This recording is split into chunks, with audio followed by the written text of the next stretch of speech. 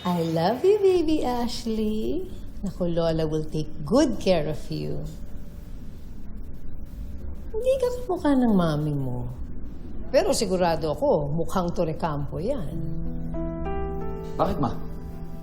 Iniisip ko kasi, ganito ba yung itsura mo ng baby ka?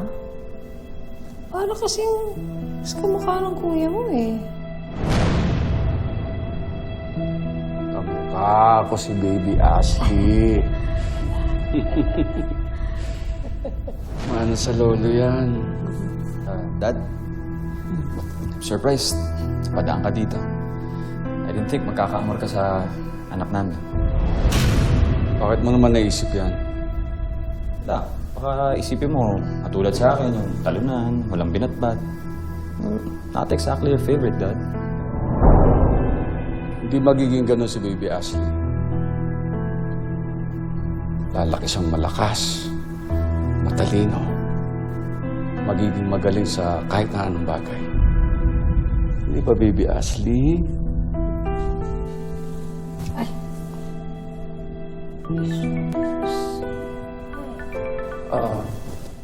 Excuse me. I have to take this call.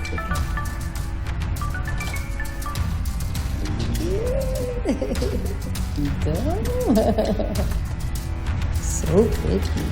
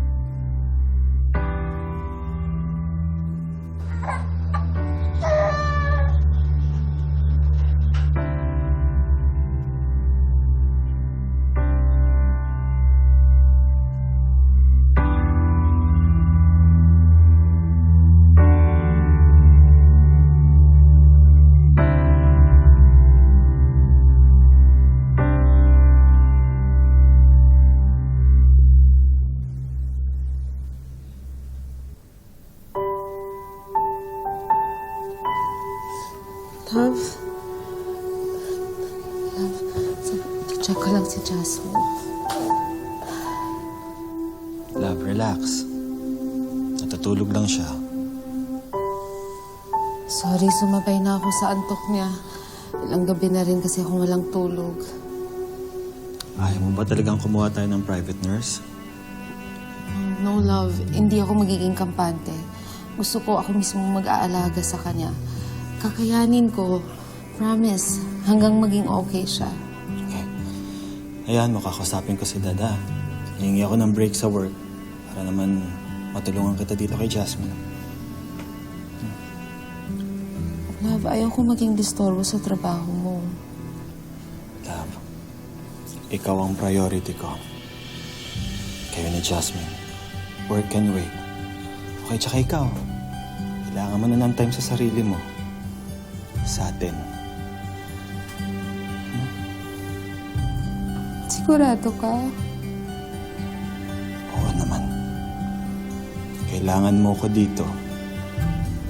Kailangan din ako ng anak ko. Thank you. Thank you kasi lagi ka nandyan para sa akin. Thank you, love. I love you. You're the best husband in the world.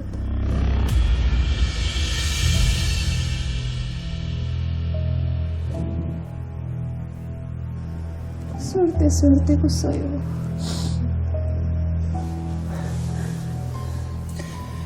Sige, magpapalit lang ako ng damit para matulungan kita dito kay Jasmine. Ako na yung mag-aalaga sa kanya for the rest of the night, okay? Matuloy mo na yung pagpapahinga mo. Oh.